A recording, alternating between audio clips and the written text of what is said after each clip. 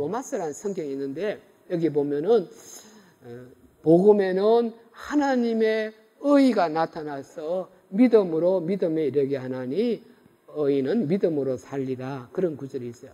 근데 루터의 해고록에 보면은 자기는 이 하나님의 의를 지금까지 정오했다는 거야. 하나님은 의로운 분이니까 이 죄인들을 벼락을 내리쳐서 심판하시는 그런 무서운 하나님. 자기는 그런 하나님을 미워했다고 말합니다. 그런데 루터가 이 하나님의 의라는 말을 며칠 동안 묵상하는 가운데 새로운 의미를 깨달았어요.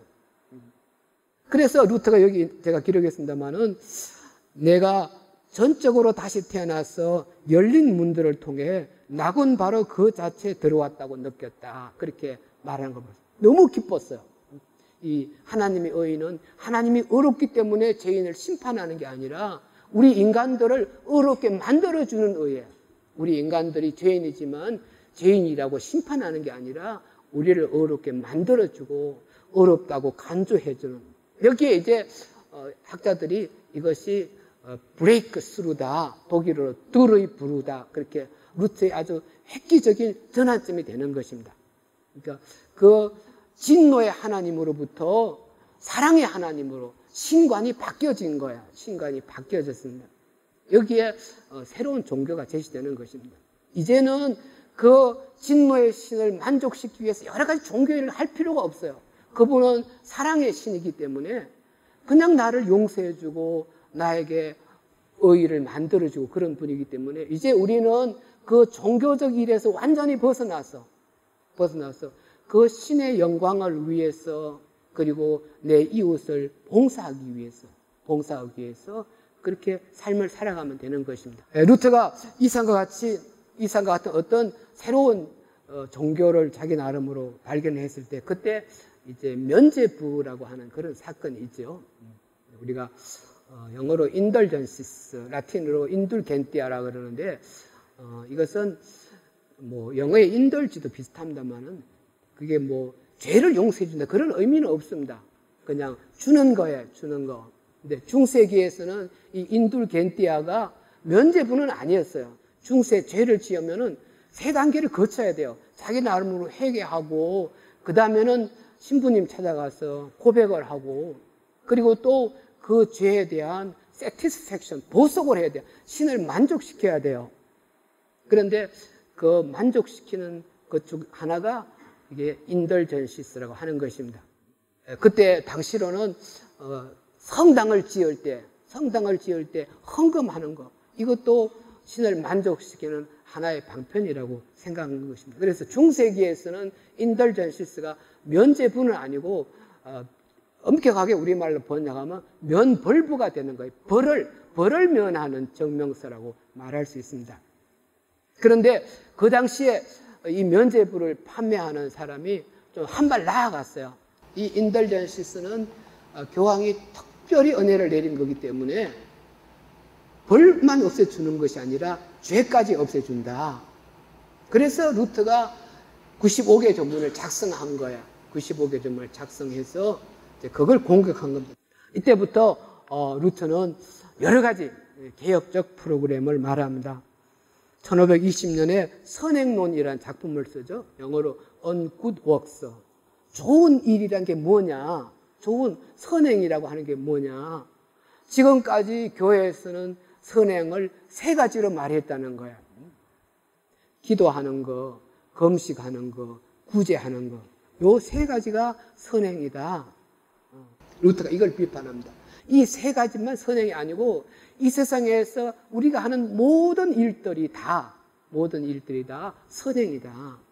그것이 이웃을 위한 봉사에 난 선행이다. 여기에 말하자면 루터의 직업 소명설이라는 사상이 나옵니다.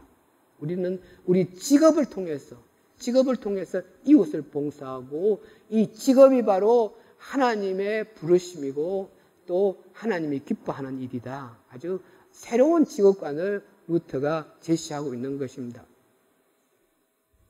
루터는 같은 해 1520년에 이어서 여러 가지 작품을 씁니다. 독일 민족의 크리스찬 귀족에게 여기에서 루터는 정치와 종교의 분리를 주장합니다. 이제 더 이상 이 독일에 있는 제후들은 교황의 명령을 따르지 말고 이 세속적인 문제, 세상적인 문제는 당신들이 책임지고 하십시오. 이 종교로부터 정치의 독립이라고 그럴까 그걸 주장합니다. 중세에게는 성직 매매가 많이 있었습니다. 이 교황청에서 돈이 많이 필요하니까 성직을 판매하는 거야. 그리고 또 다 판매하고 난 다음에 그래도 돈이 모자라고 성직을 만들어요. 새로운 성직을 만들어서 뭐 추기경 제도 만들어서 판매하고 여기에 대해서 루터가 비판합니다. 근데 여기에 근거가 되는 것이 만인 사제설이라고 하는 거예요. 어떻게 교황으로부터 벗어나서 독일 사람들이 자치할 수 있느냐? 어떻게 이렇게 교회가 지금까지 다 정당한 것이라고 했던 일을 비판할 수 있냐? 그게 만인 사제설입니다. 모든 신자가 다 사제이기 때문에 누구든지 성경을 연구하고 그 성경 연구에 근거해서 교회가 잘못한 거 비판할 수 있다는 거예요. 칼빈은 제네바에서 활동을 해요. 그런데 이 제네바는 그 당시로 칼빈 조금 전에는 남쪽에 사보이라고 하는 공작이 다스리는 나라가 있었어요. 그 공작의 그 공국에 부속된 나라였어요. 속국이죠, 말하자면 속국이요. 그래서 이 제네바는 프린스 비숍, 이 사보이 공작이 프린스 비숍을 보내요. 중세기에는 프린스 비숍이라는 사람이 있었어요. 그러니까 제후이면서 또 주교예요. 종교적인 일도 하면서 세속적인 일을 하는 사람을 프린스 비숍이라고 그랬어요.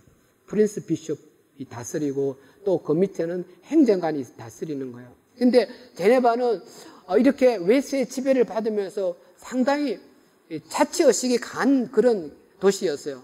그래서 자기들 나름으로 또 뽑는 거예요. 4명의 신직서, 4명의 집정관을 뽑고, 그 다음에 25인으로 구성되는 소의회, 그 다음에 60인으로 구성되는 의회, 200인으로 의회되는 대의회, 이렇게 국회가 3원제예요. 3개의 국회를 가지고 있어요. 자기들이 이제 독자적으로 또 다스리는 거예요. 그러다 결국은 알력이 생겨서 이 프린스 비숍을 내쫓아 버립니다. 내쫓고 이렇게 자기들이 독립국가를 만들어요. 그 다음에 이 제네바는 도시국가예요. 도시국가인데 그 주위에 농촌들이 있어요. 근데 별로 소득이 없어요. 그래서 여기 1년에 4번 축제를 해요. 축제를 하면 며칠 동안 축제를 하면서 여기 이제 그 상업 활동을 하거든요. 그게 이 제네바의 중요한 수입원 중에 하나였어요. 칼빈이 이 제네바에 와서 개혁 운동을 해요. 어쨌든 제네바가 그런 도시였기 때문에 칼빈은 여기에서 민주주의도 주장하고 자본주의도 주장하고 이런 사상을 펼치고, 그리고 이런 사상이 결국은 이 칼빈주의자들에 의해서 전 세계에 보급되게 되었다. 이 칼빈주의자들은 칼빈을 굉장히 존중하거든요. 굉장히 존중하기 때문에 칼빈이 가르친 거 하나하나를 존중해서 그것을 실천하려고 노력했다. 이렇게 말할 수 있을 것 같습니다.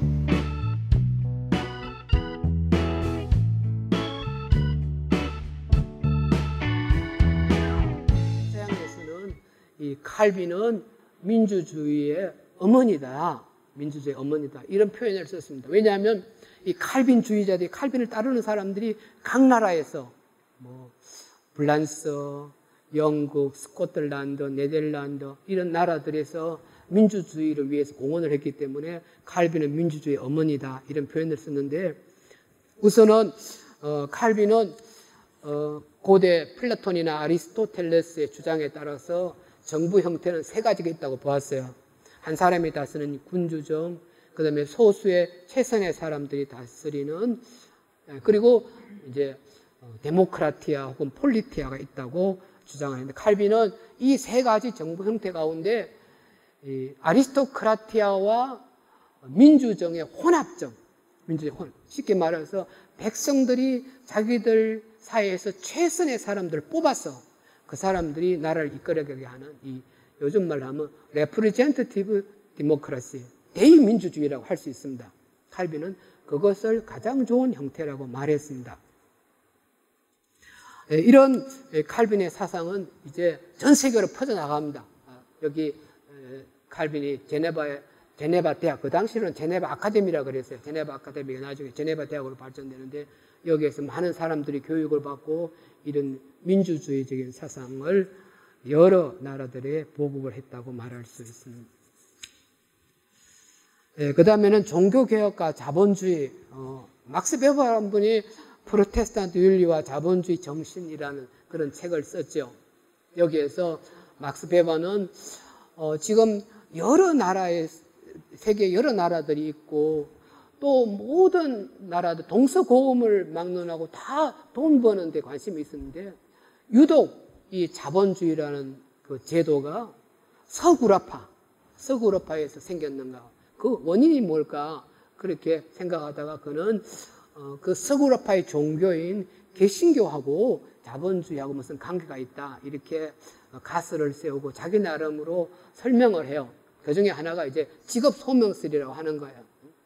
루터나 칼빈이 가르친 것처럼 자기 직업에 최선을 다하는 게 그것이 신을 섬기는 것이고 이웃을 섬기라고 하는 이 직업 소명설이 결국은 건면한 인간을 키워내었다고 보는 거예요. 그 다음에 또 하나는 칼빈주의의 예정설이라고, 이게 좀 굉장히 복잡한 주장이에요. 이 칼빈주의에서는 신이 영원 전에 어떤 사람은 선택하고 어떤 사람은 내버려 두었다 이렇게 주장을 해요. 그래서 사람들이 묻는다는 거예요. 내가 과연 예정받은 사람인가? 내가 구원받을 사람들인가? 그래서 이 구원의 표지를 자기 삶에서 찾기를 원한다는 거예요. 내가 아주 거룩하고 경건하게 살면 이건 내가 구원받았다는 그 표지다. 내가 방탕하고 타락하게 살면 이건 내가 버림받았다는 표지다. 이런 것을 실천적 삼담 논법이라 그래요. 근데 이거 갖고 연구가들이 논쟁을 했는데 과연 칼빈 안에 그런 게 있느냐?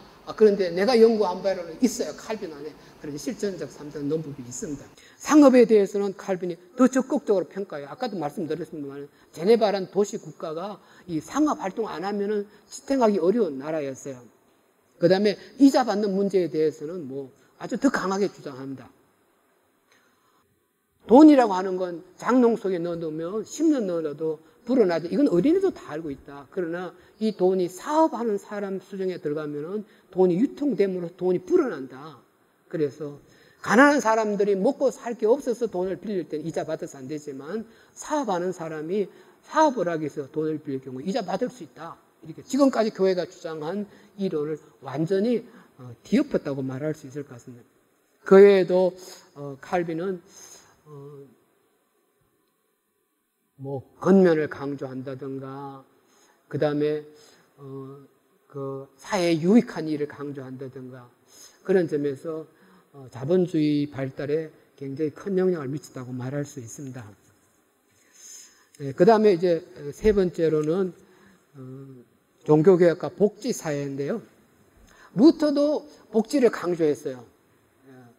그래서 루터는 구걸하는 사람들 다 없애라. 칼빈도 마찬가지로 이 복지를 굉장히 강조했습니다. 칼빈은 사유재산 제도를 인정을 해요. 그리고 또 부자는 가난한 사람보다 더 잘 먹고 잘 살 때 그렇게 인정을 해요. 그러나 가능한 한 펀드레이징할 때 기금을 많이 모아서 가난한 사람 도와주어서 평등한 사회를 이것이 주님의 뜻이다 이렇게 가르쳤습니다. 그 다음에 마지막으로 종교개혁과 근대문화라고 하는 부분입니다. 루터는 자연과학 발견에 상당히 관심을 가졌어요. 칼빈도 천문학과 철학 이거 공부하면 재미있고 유익하다 이 학문을 굉장히 강조했어요. 그 외에도 법학, 논쟁수, 의학, 수학 이런 학문들 다 이것은 신이 우리에게 준 선물이다 이렇게 주장을 했습니다. 스피처라는 유명한 연구가가 있는데 거기에 보면은 이 서양의 건세에 들어오면서 이 종교개혁적 신앙을 가진 사람들이 과학 발전에 크게 공헌했다고 봅니다. 마지막 결론 부분에 제가 쓴 건데 결국은 중세기는 타율적 사회였어요. 교황이나 교회가 사람들에게 다 이렇게 명령하는. 그런데 여기에 대해서 반발하고 나오는 것이 이 르네상스 운동이에요. 르네상스는 여기에 비해서 자율적 운동이라고 할 수 있습니다. 자율적 운동. 제가 르네상스 부문에서도 자세히 썼습니다만 자율적 운동입니다. 그러면 종교개혁은 뭐냐? 저는 종교개혁은 신율적 운동이라고 생각해요. 종교개혁은 이 두 가지에도 다 만족하지 않아요.